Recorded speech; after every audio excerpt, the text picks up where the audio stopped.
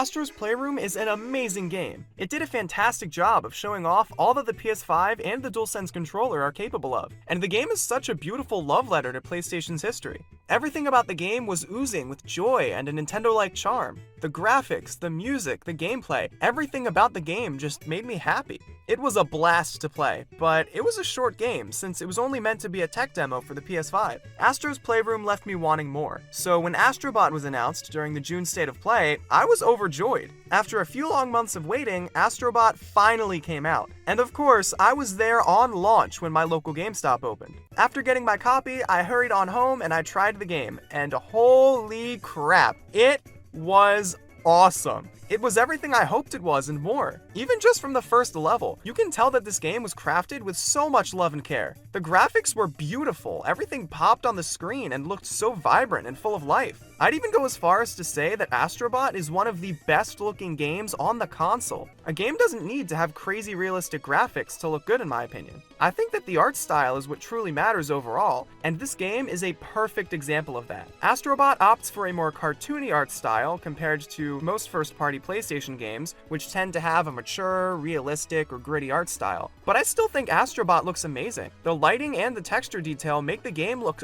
awesome to look at. Something else that I think was really cool was that the game didn't have a graphics mode or a performance mode. It just ran well. No trade-offs were made, and not once did the game have a frame dip or a drop in visual fidelity. The music was amazing too. The song I heard in the first level is enough to fill me with joy all by itself. It had such a positive vibe to it, and it matched the vibe of the level really well. The soundtrack overall just makes the game so much more enjoyable. I really liked the main theme, I Am Astro Bot. It's such a catchy song, and it was stuck in my head for a couple days after I first booted up the game. I can say the same things about every song in the soundtrack, really. I mean, holy crap, the soundtrack was so good. I love listening to any video game soundtrack, but I usually listen to Nintendo ones more often than the others because Nintendo soundtracks just have this kind of sound to them. I don't know. I can't really explain it because I don't know that much about music, but there's this special style of music that's common in Nintendo soundtracks, and it's that style of music that I vibe to the most when I'm listening to a video game soundtrack.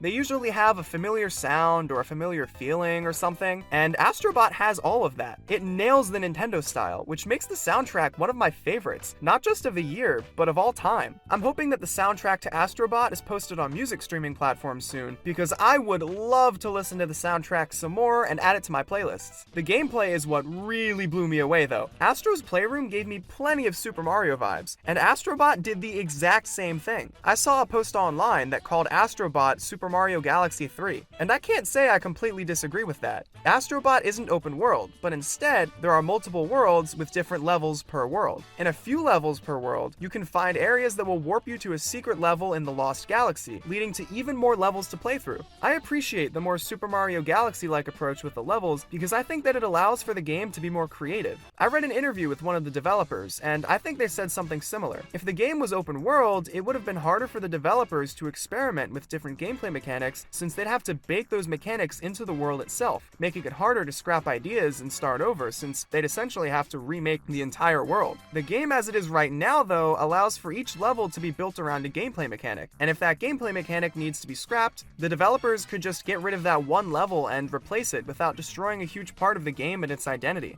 I'm really glad that the developers chose that route with Astro Bot because Astro Bot is genuinely one of the most creative video games I have ever played. I loved that Astro's Playroom was always throwing something new at me, but since the game was so short, I didn't expect that pace to be continued in a longer game like Astro Bot. But it was. Every level is so much different than the last, and even if the level uses a power-up that's already been introduced, it takes advantage of that power-up in a much different way than before. I'm glad that Team Asobi opted to make a short yet densely packed game rather than making the game longer but stretching out the different gameplay mechanics. I feel like we put too much of an emphasis on the runtime of a video game. I get that you want to get the most out of the money you spent, that makes total sense. I don't want to spend $60 on a game that I'll never touch again after 2 hours of gameplay, but I don't have a problem with short games either. Look, I love super long games, I love JRPGs, so clearly the length of a game is not a big issue for me. But I think that it all boils down to how well the game is paced and how fun the game is to play. A platformer doesn't need to be super long, since that will likely result in the gameplay being reused too much, and it'll make the game feel boring. I'd much rather really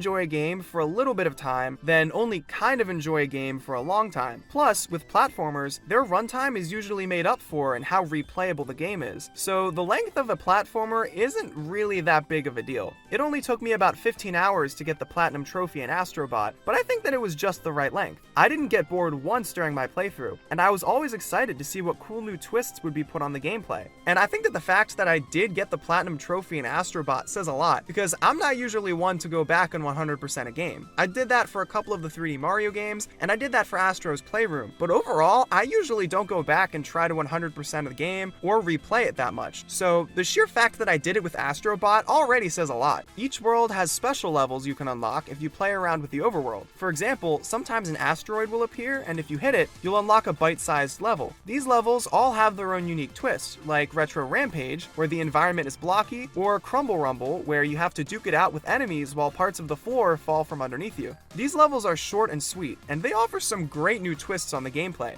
The levels in Astro Bot weren't very difficult though, but to be honest, I don't think that's a big deal whatsoever. I suck at platformers, so maybe that's just a me thing, but a lot of the fun in Astro Bot, and plenty of other platformers for that matter, doesn't necessarily come from overcoming difficult levels. Sure, I mean, when you overcome a difficult level, it feels good, but that's not the main focus in Astro Bot. The combination of the world, the graphics, music, gameplay mechanics, everything about the experience, that's what makes Astro Bot so enjoyable. Sometimes it's nice to play through a game that you can breeze through. I feel the same way about Kirby games. I don't play Kirby games to be challenged, I play them because they're relaxing and they make me happy. Astro Bot was much the same. There were some levels that I did kind of find difficult, but that's probably more of a me thing than anything else. Most of the game's worlds had 4 levels based off of a button on the PlayStation controller, like the Lost Circle Void or the Lost Square Void. These void levels were, at the very least, more difficult than the other levels in the game, but despite what I said about enjoying the lack of difficulty in Astro Bot, I really did enjoy these levels. I had a lot of fun trying to speed through the void levels as fast as possible, and although that usually resulted in me dying a billion times and having to do the levels over again, I felt invincible when I finally beat them. Astro Bot will be getting free DLC down the line that'll introduce speedrun modes, so I'm really hoping that I can use those speedrun modes in the void levels, because they were loads of fun. Some of the coolest levels though came after the boss in each world. After beating the boss that waits at the end of a world, you'll save a bot based off of a major PlayStation franchise and unlock one more level that's entirely based off of that franchise. For example, in the Gorilla Nebula, the first world you get to play through, the level you unlock after the boss is basically just a new Ape Escape game, and I think that's awesome. The level was so much fun, and it was radically different from all of the other levels in the game without feeling too different from the rest of the game. It was a perfect balance that allowed for a nice flow to the game while keeping things fresh all the time. I won't spoil any of the other levels based on PlayStation franchises, but just know that they're all amazing and so much fun to play. Speaking of callbacks to different PlayStation franchises, that's something that Astro Bot does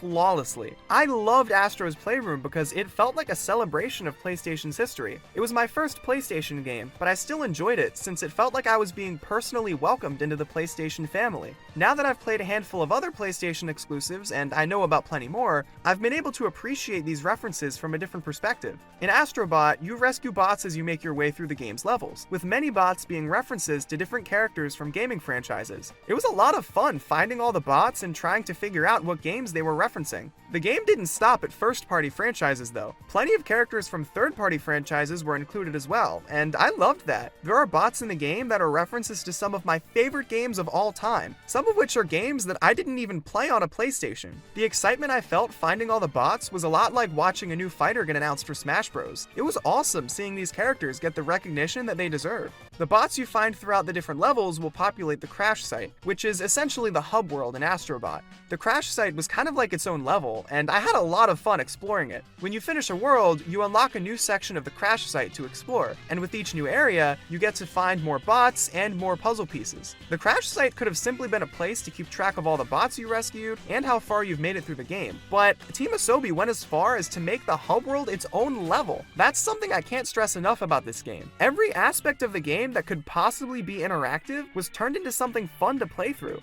For example, when you finish a world and unlock a new part of the mothership, you don't just bring it to the Crash site and be done with it. When you bring it back, you get to fix that part and put it back in the mothership yourself. It's nothing mind-blowing, but little things like that add up and they make Astro Bot feel so unique.